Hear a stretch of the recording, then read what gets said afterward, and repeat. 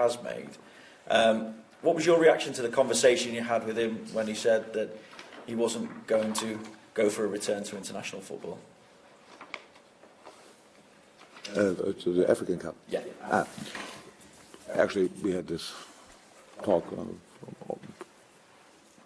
already a few weeks ago, so I was not surprised now anymore. Yeah, of course, I'm happy about this, that's no doubt, but players have to make these decisions by themselves. It's nothing what the club can do, so it's but for Joel it's different because he's grown up in Germany and all that stuff, so it's that's different. And of course that's always different. There's a few players like this, and so he decided this for himself, and good for us. How will the break in Barcelona have lifted team morale after the disappointment at Bournemouth last week? Actually, when you do something like this, then it's the best thing to do after you lost the game, because after you've won a game, everybody want to be together. After you lost the game, everybody want to go home usually, and being alone. And so it was good for us to stay together, have a good time. It was, of course, you can imagine, Barcelona is a nice place. We could train there. Sun was shining, 15, 16, 17, 18 degrees, I'm not sure, but it felt pretty warm. We could see the match, and especially the players who are often away in international games, they don't have a lot of time off. So, and they had a few nice hours at Barcelona. So I was really happy for them, and was good, perfect organized. And so Wednesday we came back and could train immediately here, and already settled again. How careful do you have to be with Karius at the moment? I ask because we've seen keepers in the past taken out of the firing line. David De Gea in his first season in English football. So, given the criticism that Karius has received, is the best course of action to continue playing him or to give him a bit of a break?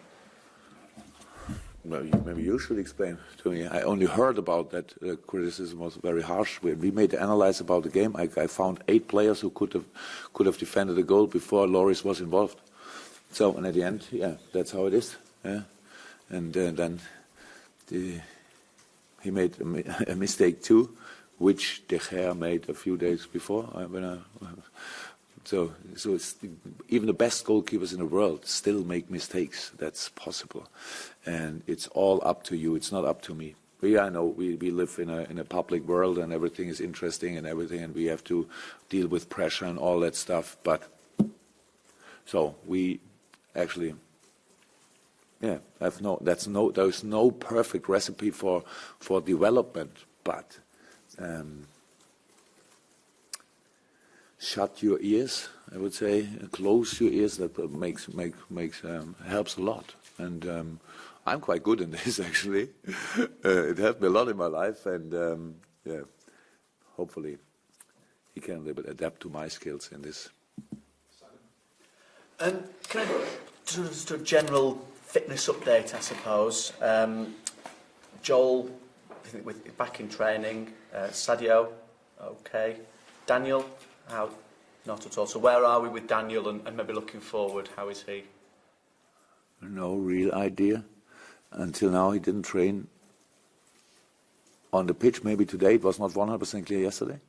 And he will go on today on the pitch, but that, that means then starting the work, the football work then on the pitch. So not with the team, only with the rehab coach. So I have no idea when he is back.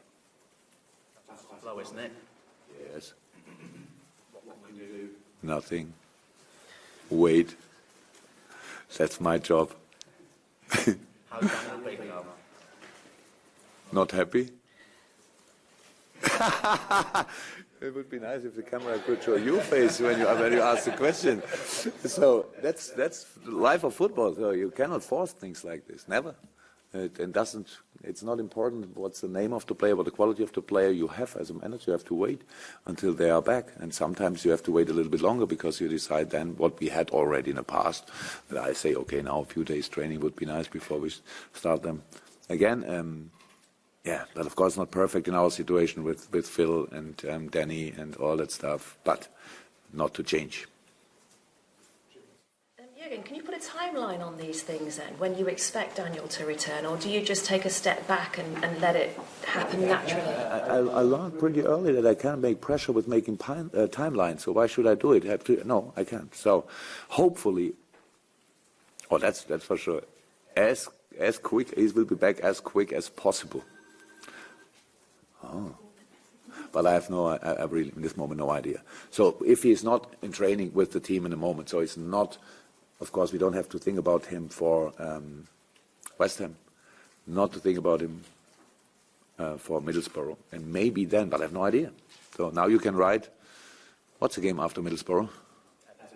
Everton. Oh.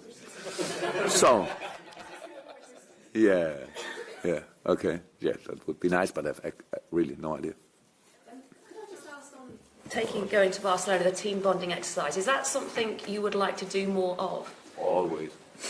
That would be the best. No, it was really nice, and it was a wonderful opportunity the club gave us. So that's a few things, part of a few things I've learned since I'm here, because it's really the whole season is so intense and everything, and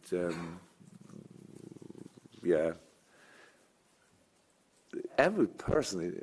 Each person any person need a little bit of rest. So you cannot push them through all the time. I never did it before, but especially now here in England with this intensive time ahead, it's really important that you can, if the club gives you the opportunity to do something like this. And we did it last year with Tenerife. It was different because it was an international break. We only had a few players with us, but the whole staff with the kids and everything, that was really nice and helped a lot to know more about each other. And this time again, so it's good. We have always the same time together. It's before training, it's after training, it's training in the hotel and all that stuff. But we are not a lot private together, so we used the time. So it was good. Good food, nice weather, all good. Yeah, again, when you win a game in dramatic circumstances, it can have a really positive effect that's actually worth more than just the victory. And the flip side of that is sometimes when you lose a game under the same sort of circumstances, it can have a knock-on effect that is worth, it's not just a defeat, it can leave a bit of a hangover. Is there a concern for you that might leave a mark for the players? No concern. But actually, when you win a game like this, like we did Norwich or Dortmund, it's not sure that you will that you are prepared for the next situation. You only think the only thing what's for sure is that you will these games, not always, and sometimes you lose them. And that's the situation. Was the situation in the Bournemouth game. More important is how we played around. So when we actually, I think I said it after the game, I'm not sure, that we played good enough to win the game until it slipped through our fingers. That was wrong judgment. That was we did the wrong things. We were getting passive, what we usually, what's not really usual for us. But that's what I said around the goals. The second goal, really not good protected. Was not a good. We were 3-1 up. Yes, played one bad pass close to their box. So. And they score a goal, that makes not a lot of sense. So we did it already 500 times better, but in this situation we did it not good, and Bournemouth used the situation. All the goals could have been defended easily, but we didn't do it. So that's our fault, that's only we are responsible for this. But it's always good when you know that you are responsible by yourself, because then you can change it. And for me it's very important that we keep on going playing like we played, with better defending, of course, in the specific situations. But it's not allowed that I pick now all the situations out and say, but if we play,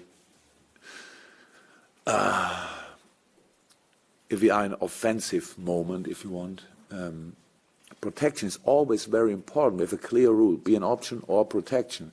But if we only think about protection, we cannot be an option anymore. So is this kind of risk you have to take in this area? But at the end, some teams will have counterattacks, but we can defend them better. So it was not really.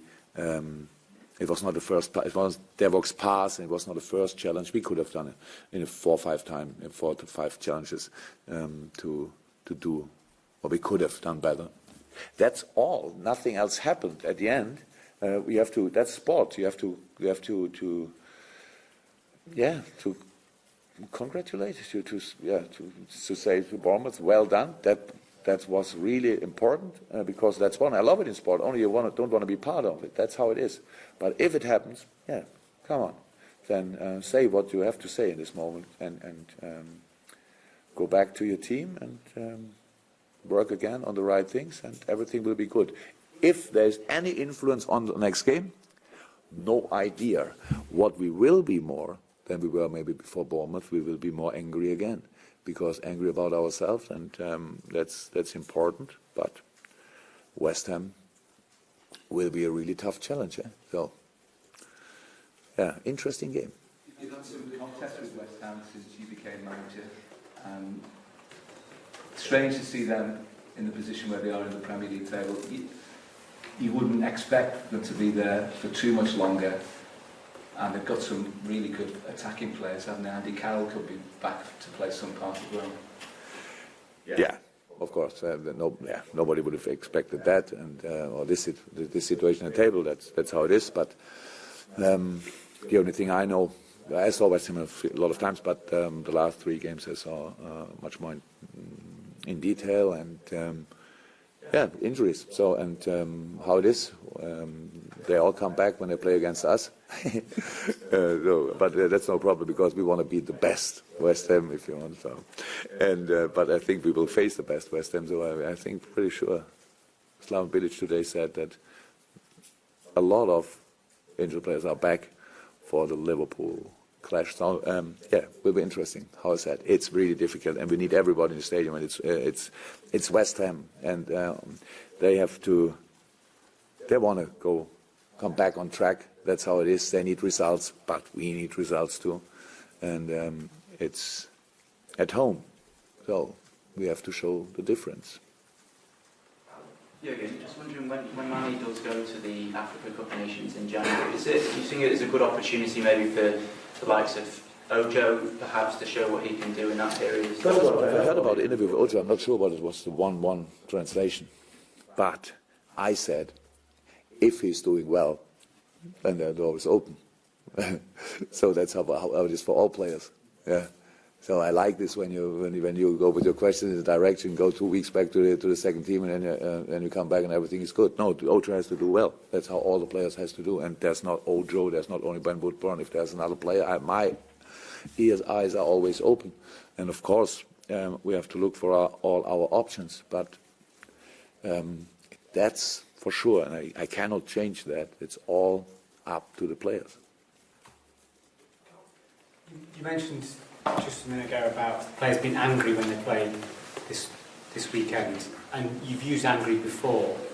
And I know you mean angry in a literal sense, but is that how you prefer your sides to be? How you think your side play best when they've got that real sort of motivation and fight? Look, in sports, always when you're on the highest level, there are not a lot of things that can make the difference. Sometimes it's the quality, but that's not really often. Most of the time, it's kind of the attitude, because the other team is really good prepared too. We should know about this, and then a few details make the difference. And I said a lot of times, being aggressive means, in my understanding, being ready to hurt yourself, not the other player. So that's this kind of aggression what we need. And to be angry doesn't mean they are responsible for anything what we didn't get in the last few weeks, but they want to have the points here, and that makes me angry already when I speak about it. So and that's all. Of course you need it on highest level. If you ever saw a race where the winner was not this kind of angry on the last few yards, then he was really much better. Than maybe Usain Bolt can do it. He enjoys actually up after 80 meters already the race, probably. But most of all the other sportsmen in life, you have to fight until the end. And that's what we have to do each week. And that's what you need. And that's what we will be, 100%. You're also going back to the start of the press conference when we spoke about Joel Matip and the results you've had when he's in the team. What influence has he had on the team since he arrived, do you think? Obviously a good one, huh?